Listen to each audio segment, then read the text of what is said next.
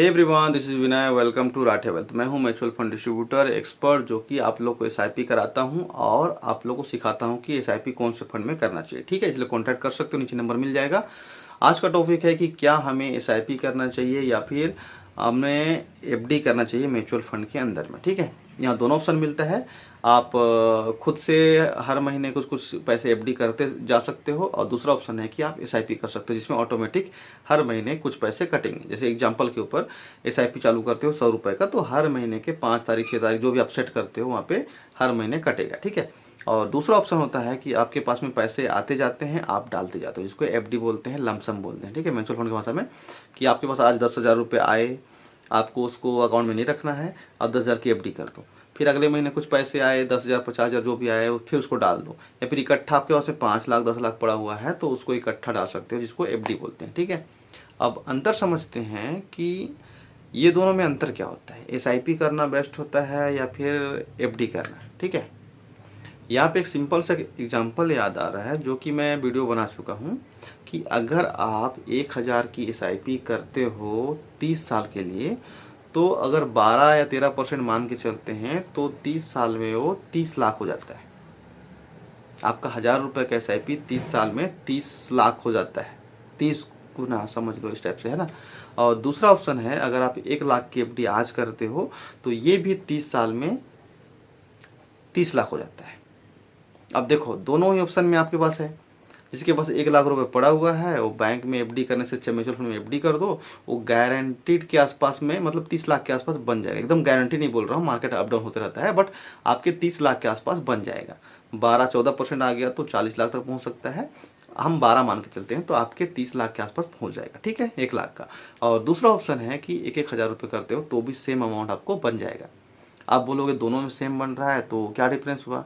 Difference ये होता है कि जो अगर आप 1-1 हज़ार रुपये कर रहे हो, इसका मतलब है आपके पास में इकट्ठा 1 लाख रुपए नहीं है। आप मान के लो 10,000 कमाते होगे महीने का, 50,000 कमाते होगे, 40,000, तो जो बचता है, समझो आपके पास 1,000 रुपये बच ही रहे हैं, तो आपके लिए बेस्ट है कि आप हर महीने 1,000 ही करो, क्योंकि आपके पास 1,000 बच रहा है। ठीक है, कोशिश करो 2,000 कर सको, 3,000 कर सको, बट 1,000 कर सकते हो तो 1,000 करो। वो भी आपके 30 साल में आपको अच्छे पैसे बना के दे देता है। और दूसरा ऑप्शन है, किसी के पास पड़ा हुआ है 1 लाख रुपये, तो बहुत अच्छी बात है कि आपके पास 1 लाख रुपये पड़ा हुआ है, आपको हर महीने की 1,000 डालने की ज़रूरत नहीं है। लेकिन आपके पास जॉब है, तो आपने आज 1 लाख रुपए को भी डाल दिया एफडी, और हर महीने का 1-1 हज़ार का एसआईपी चालू कर दिए, तो समझो 30 साल बाद आपके पास में एक 30 लाख की एफडी होगी और दूसरा 30 लाख की एसआईपी होगी, 60 लाख रुपए। तो ये होता है डिफरेंस। लेकिन जो एसआईपी आप करोगे 1,000 रुपये का, वो 30 साल में लगभग 2.5 या 3 लाख के आसपास जमा होगा।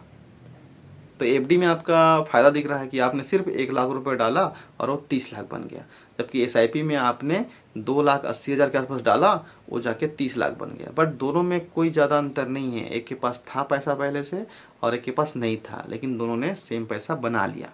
भले ही एक ने ज़्यादा डाला, 2 लाख 2.5 लाख 2,80,000 डाला, बट फिर भी दोनों में कोई अंतर नहीं है। दोनों ने वेट किया, 30 साल का टाइम दिया और आपको मिल गया।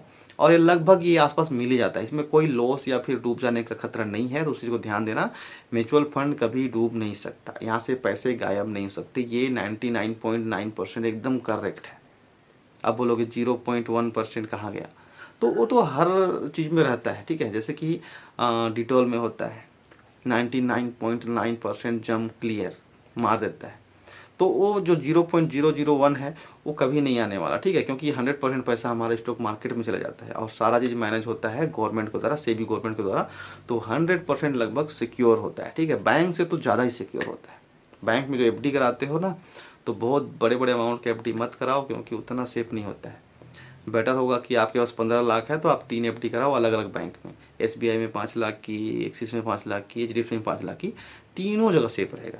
एक बैंक भी डूबता है तो कोई दिक्कत नहीं है, वहाँ से 5 लाख रिकवर हो जाएंगे। लेकिन अगर एक ही बैंक में आपने डाला है, जैसे कि यस बैंक डूबा था, तो अगर आपने 15 लाख डाला था, तो जैसे ही डूबने का खबर आया, उसके बाद सिर्फ आपको 5 लाख ही वापस मिलेंगे। क्योंकि हर बैंक का एक ही रूल है कि अगर पैसा बैंक डूबता है तो सिर्फ आपको 5 लाख तक आपके वापस मिलेंगे। भले ही आपके अकाउंट में करोड़ों पड़े हो, बट 5 लाख ही वापस मिलेगा। बट म्यूचुअल फंड में ऐसा कुछ नहीं है। ठीक है, इसीलिए म्यूचुअल फंड में ज़्यादा भरोसा करते हैं लोग, बड़े बड़े लोग उसी को भरोसा करते हैं। बैंक में 5 लाख से ज़्यादा की एफडी नहीं करते हैं, बैकअप के लिए रखे रहते हैं, क्योंकि 5 लाख डूबने वाला है नहीं। ठीक है, उस चीज़ को ध्यान देना। कुछ सीखने को मिला हो तो लाइक कर देना और कमेंट करके बताना कि आप लोगों को क्या जानना है। ठीक है, चलो थैंक यू सो मच।